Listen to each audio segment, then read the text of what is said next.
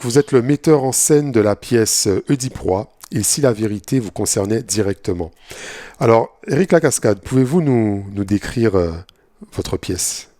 Alors c'est une pièce qui a été écrite dans la Grèce antique par Sophocle. Donc c'est ce qu'on appelle une tragédie grecque, une des plus connues des tragédies classiques grecques, et que moi j'ai pas réécrit, mais j'ai réadapté pour essayer d'en faire quelque chose qui parle aux gens d'aujourd'hui.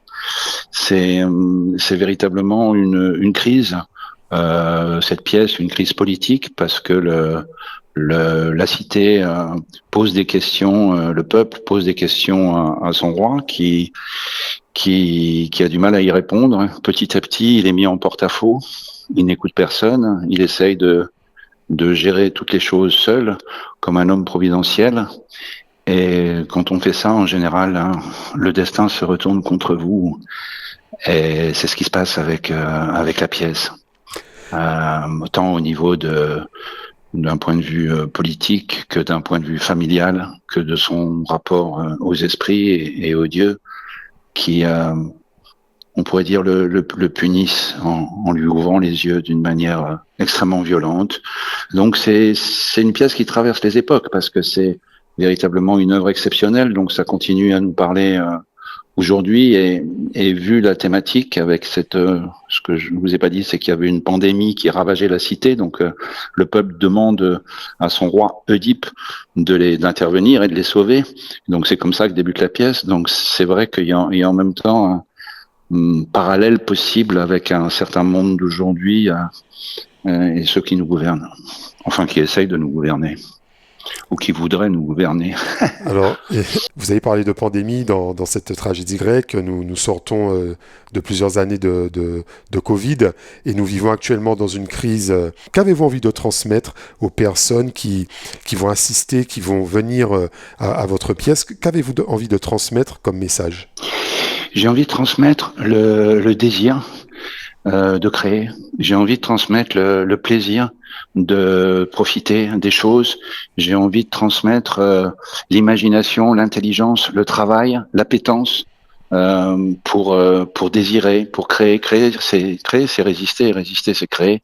Pour faire des choses, d'essayer de aller là où on doit aller, soi-même, se grandir, même si parfois c'est difficile, et que les spectateurs sortent de cette pièce en ayant faim, en ayant envie, et en étant sans doute touchés, j'espère, parce qu'ils ont vu, mais qu'en même temps, une énergie se dégage. C'est essentiellement ça que j'aurais envie de dire, parce que je pense que le désir est politique, en fait. Est-ce que votre pièce, on pourrait l'assimiler à une sorte de thérapie? C'est ce qu'essayaient de faire les Grecs, c'est-à-dire ils parlaient de catharsis, c'est-à-dire qu'il y avait un acte fort sur le plateau qui se faisait, et tout d'un coup, il y a tellement d'émotions qui étaient dans le public que c'était comme nettoyer, comme laver, comme purger des passions et des excès. Donc il y a quelque chose de ça, de thérapie, mais je veux pas que les spectateurs sortent guéris. Je veux que les spectateurs sortent révoltés, pleins de désir de faire et d'être actifs. Quand vous dites révolté, Éric Lacascade, révolté dans quel sens?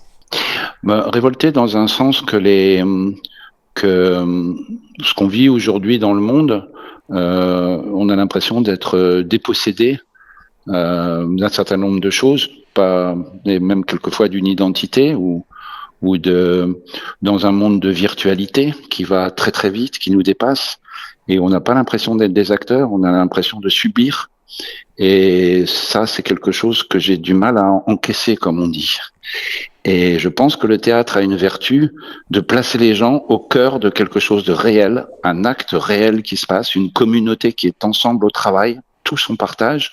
Je fais pas du théâtre pour le public, je fais du théâtre avec le public, qui soit traversé par cet acte, qui nous accompagne, nous qui sommes sur le plateau, avec eux.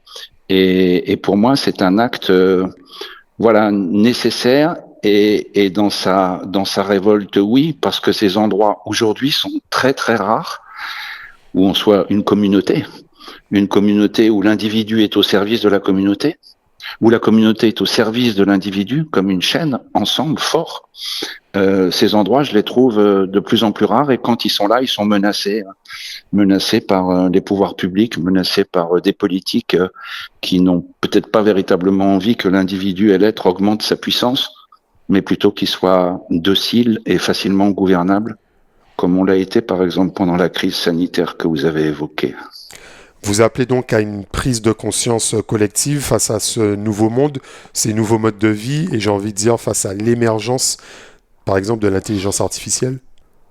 Absolument. Je pense que des espaces comme celui qu'on peut proposer avec mes camarades acteurs et actrices sont des espaces de pensée, des espaces de création, des espaces de culture, et que ces choses-là sont fondamentales dans l'émergence ou dans le devenir des jeunes gens, par exemple, de la société qui arrive, pour trouver des bases, trouver des forces, trouver de l'énergie, partager le commun et l'être ensemble. Et comment on fait pour être ensemble dans une société qui nous divise et qui nous dresse les uns contre les autres.